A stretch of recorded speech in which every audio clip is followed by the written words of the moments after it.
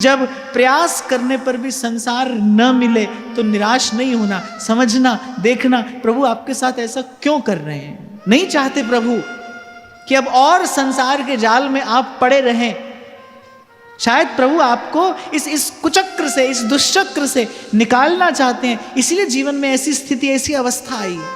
कम से कम मैं कहता हूं जिसके जीवन में भगवान का नाम है, कथा कीर्तन है, कम से कम उसे तो ऐसा ही सोचना चाहिए, समझना चाहिए, मानना चाहिए कि मेरा यदि संसार का कोई प्रयास निष्फल हो रहा है तो उसका कारण केवल केवल और केवल मेरे इष्ट की मुझ पर कृपा है, अनुग्रह है।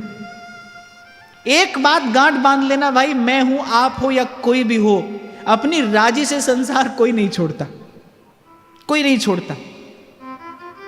नहीं तो भगवान की परम भक्ता माता कुंती भगवान से दुख क्यों मांगती। इसी सत्य का विचार करके तो उन्होंने कहा कि प्रभु जब संसार का सुख आता है ना, आप भूल जाते हैं, आपकी विस्मृति हो जाती है। वो अपने साथ एक ऐसा उन्माद लेकर आता है कि आपकी विस्मृति हो जाती है। और विपद विस्मरणम विष्णु, और संपत्ति विपत्ति की जब बात आए ना भाई, तो हनुमान जी की बात याद रखना।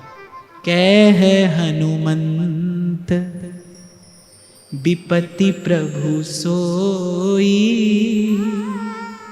जब तब सुमिरन भजन न हो।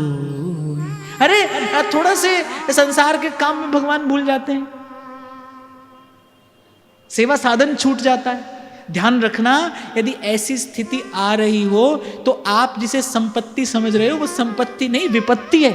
कह हनुमंत विपत्ति प्रभु सोई, जब तब सुमिरन भजन न होई।